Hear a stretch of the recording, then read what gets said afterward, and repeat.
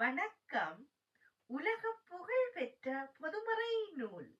நூலாசிரியர் திருவள்ளுவர். தினம் ஒரு திருக்குறள் பயில்வோம்.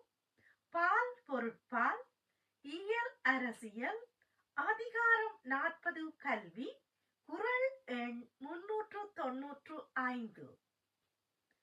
உடையார் முன் இல்லார் போல் ஏக்கற்றும் கற்றார் கடையரே கல்லாதவர். மீண்டும் குறள்.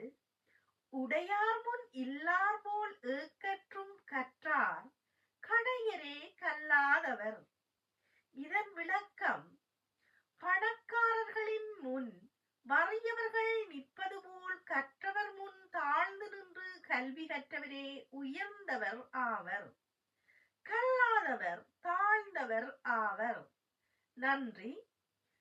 குரல் வடிவம் அஜந்தினி. அழகிய தமிழ்.